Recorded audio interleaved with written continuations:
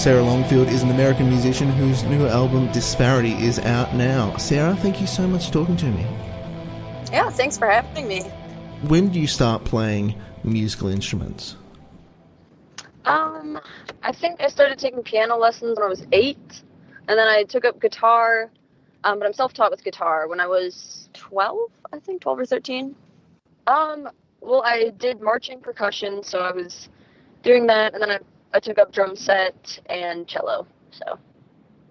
What was it about guitar in particular, that being sort of your main instrument, you're known for? What was it that sort of stuck with you?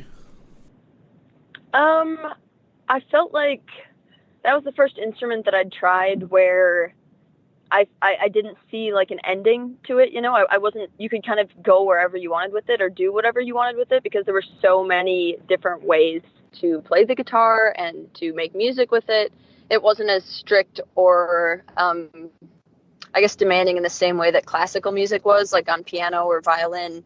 I kind of saw, if I pursued that, where I would end up. I mean, you can do whatever, but when you're a kid, you don't really have, you don't really see, like violin players doing, rock music or piano players. You just saw, oh, well, they joined an orchestra, and I didn't really want to do that. I wanted to make weird music, and the first time I heard weird music was on guitar, so yeah. Why, when did you kind of gravitate to greater than 6-string guitars?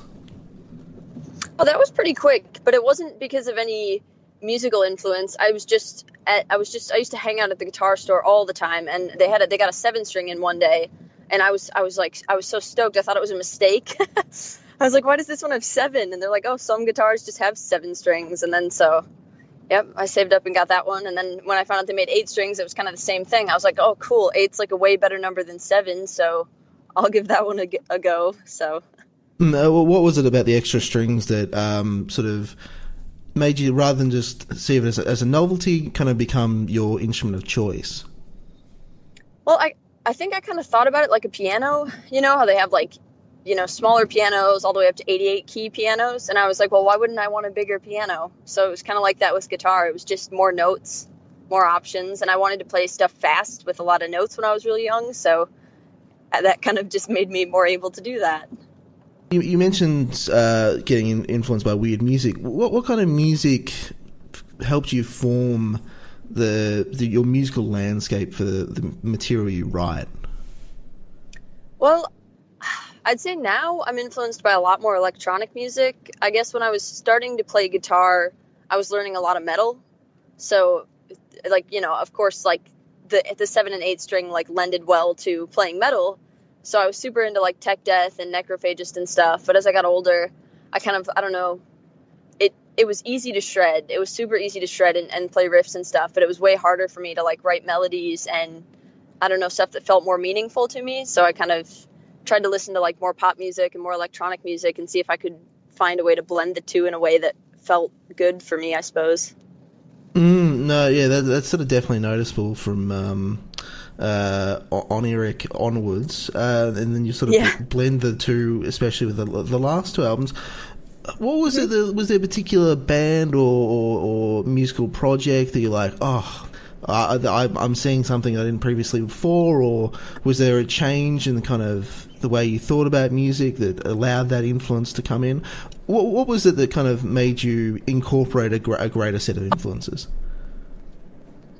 Well, I think I started seeing other people branching out because the first time that I started to see a little bit of success with what I was doing was obviously it was guitar oriented, So I was like, oh no, no one's going to like anything I do if I don't put guitar in it, because that's all I'm known for. So as soon as I started seeing some of the people that I looked up to, slowing their music down a little bit or incorporating a little bit more singing, it kind of like, gave me the go ahead, like okay, this is going to be totally chill. If you branch out a little bit, you're not going to be like, condemned for trying to do something that isn't super metal. And that was like, I don't know, I think that was like 2013, 2014 when I first started to see it. And I found some other artists that were doing like electronic music mixed with guitar stuff. Like there's an artist called The Flashbulb, and his live show involves like guitar stuff. And I guess like another electronic artist, Bonobo, I saw his live show, and he had a guitar player and a bass player and a singer. And so it's cool. So I don't know, I saw other people doing it, and I was like, I can totally do that, and it'll be fine.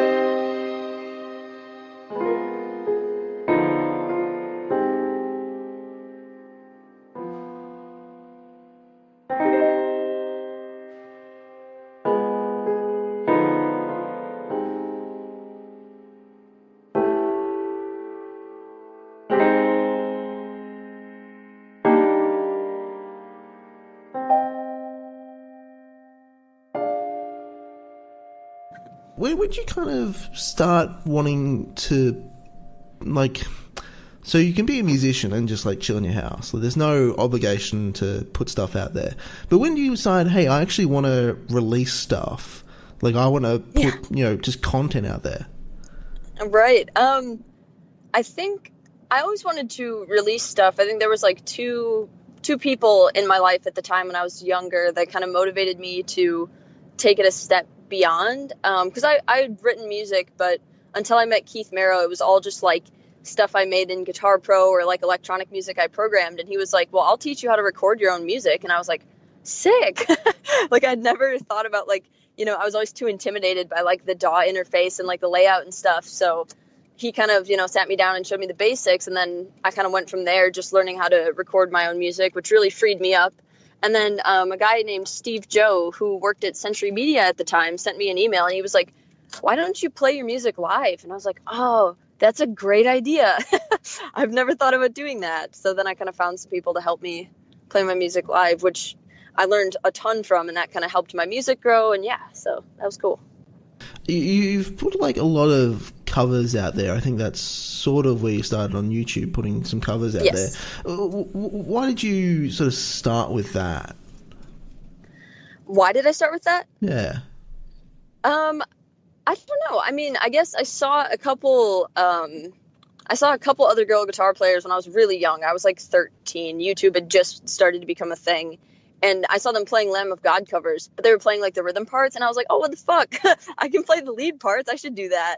And then so I made a couple videos and they went over pretty well. I got to meet the Human Abstract when I was like pretty young because I covered one of their songs. And then I kind of fell out of like love with YouTube because it didn't feel real. I kind of wanted to make my own music and no one really cared about that. So I was like, I'll just stop. But then I met Rob Scallon and he kind of like reignited my love for making videos, I guess, even covers, because it's like it helps you grow an audience. And in this day and age, that can be kind of hard because there's so many people trying to do the same thing. So yeah, then I don't know. I've stuck with it a bit, but Rob Scallon, definitely someone doing something not necessarily the same thing. Yeah, definitely.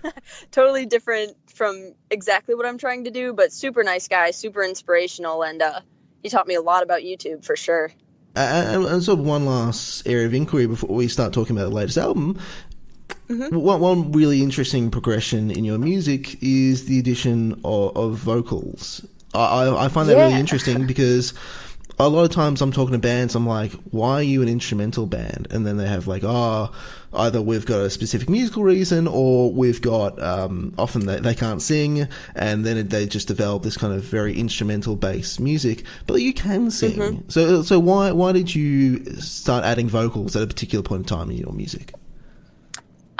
So like for a really long time, I've always written like indie rock music where I sing and everything is sad, and it felt super separate from the stuff people know me for because I didn't want to put it out there because I'm kind of embarrassed about my singing because it's not that good.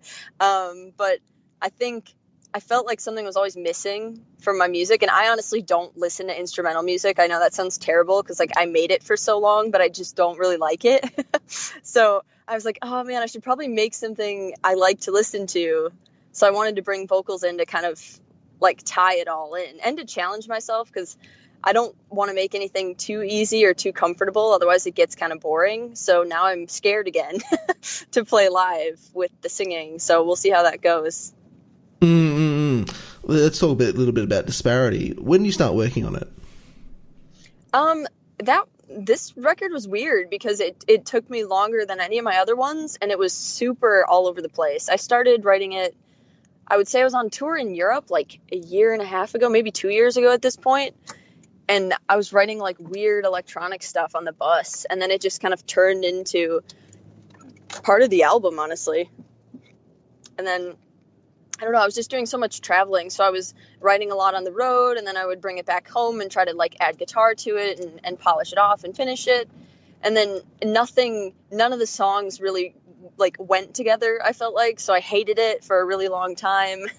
And then I just kind of tried to force it to be something it wasn't. And then I gave up. And I was like, this is just going to be a weird collection of all the crazy shit that's happened over the past year. And my album's going to be just messy like my life. So that was kind of how that went. Did you have a certain approach to writing music? I just force myself to do it. Like if I'm in a creative rut, which I fell into last winter, I just kind of sit down and keep writing and writing and writing and writing and writing until I get something that works for me. And I write like all the parts at the same time. Like I'll write the guitar and the bass and the vocals and the drums and the synth. Like I'll write them in chunks until I finish the song, and then I'll rearrange it and re-record it. And so I just keep doing that. I have like 4,000 songs that are just dead. They're just in my graveyard of things I decided not to use so that I could get something that I sort of liked, I guess. And writing, so like as you were mentioning on the bus, writing electronic music, is that kind of a different approach than writing sort of more guitar focused music, or at least music that's more focused on guitar in its initial stages? Yeah, definitely. I think when I sit down and I just try to write electronic music, I don't have as much of a formula for it because I don't really have any plan to go anywhere with it. And when I sit down with a guitar, I find myself falling into like patterns with things that I'm still trying to break out of, because as soon as I try to incorporate guitar into anything, I go back to, the shapes I'm comfortable with and the structures I'm comfortable with. So yeah, I think it's totally different, but I like blending the two. So